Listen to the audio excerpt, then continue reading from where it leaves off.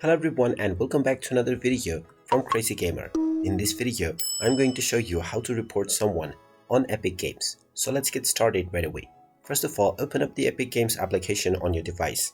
And if you haven't logged into your account already, proceed forward with your email address and your password, or by using your social accounts. Once you are logged in and taken into the homepage, if you wish to report any account to the Epic Games support team, then first of all tap on the friends icon at the top right corner.